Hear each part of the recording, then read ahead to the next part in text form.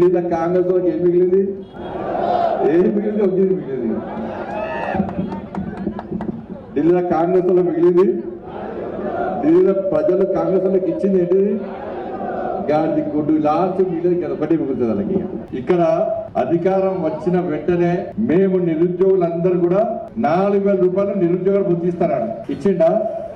ఇంతవరకు ఎంత ఇవ్వాలంటే 14 నెలల వీళ్ళు వచ్చి ఒక్కొక్కరికి 56,000 రూపాయలు ఇవ్వాలి. కానీ ఏమి ఇచ్చిండ్రు? మనకు గాడి గుడ్డు ఇచ్చిండ్రు. 20 నెలల చదువుతున్నారు, మనకు పిఆర్సీ ఇస్తున్నారు. ఇచ్చిండ్రా?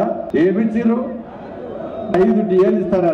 దిగదుడు అవదుడు నన్ను చూడు అంత చూడని ఇస్తా ఇస్తా ఇస్తా ఇస్తా చెప్పి లాస్ట్ కు DL ఏమిచ్చిర్రు? గాడి గుడ్డు ఇచ్చిర్రు. ఇవాళ రైతులకు గాడి గుడ్డ ఇచ్చిర్రు కదా.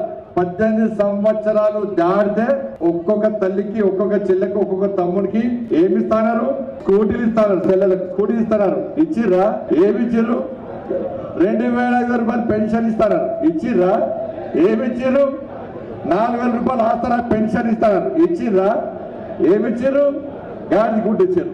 రైతులకు 15 రూపాయలు భరోసా ఇస్తున్నారు. ఇచ్చిర్రా? అందరికి ఏమిచ్చిర్రు?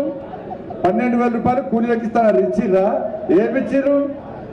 ఇప్పుడు ఎన్నికల్లో మనం ఏమి చేయాలి? రేవంత్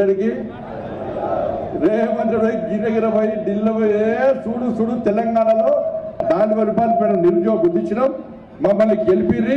ఇక్కడ యువకులకు ఢిల్లీలో 8,500 రూపాయలతో ఇవ్వండి. మళ్ళీ ఈయన గాడే మీకు గీడికొచ్చి మిక్తారని చెప్పి మేము మా తెలంగాణలోకి ఇట్లా మోసం చేసి గాడి గుడ్డు చూపెట్టాడు.